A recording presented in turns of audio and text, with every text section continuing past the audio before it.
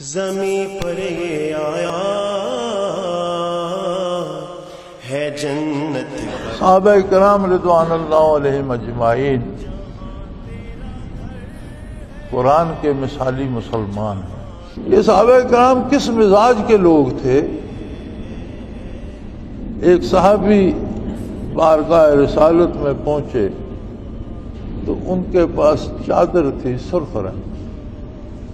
سرخ رنگ عموماً خواتین زیادہ استعمال کرتی ہیں، تو حضور اکرم صلی اللہ علیہ وسلم نے وہ پسند نہیں فرمایا۔ آپ کو اچھا آپ کا، اور جو چیز حضور کو پسند نہ آتی رخ انور متغیر ہو جاتا ہے، اور صحابہ کرام اس تغیر کو بھانپتے رہتے تھے۔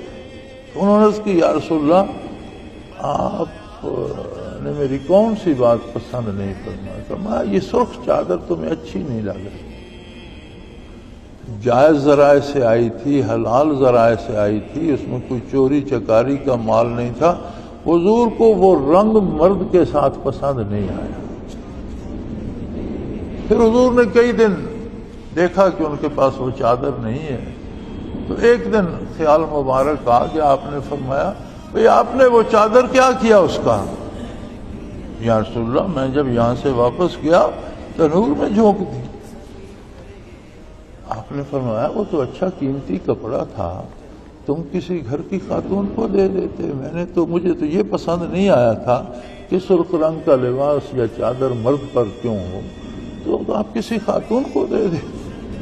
انہوں نے عرض کی یا رسول اللہ جو چیز آپ کو پسند نہ آئے اس پر میرا اختیار چلے تو وہ دنیا میں باقی کیوں ہے؟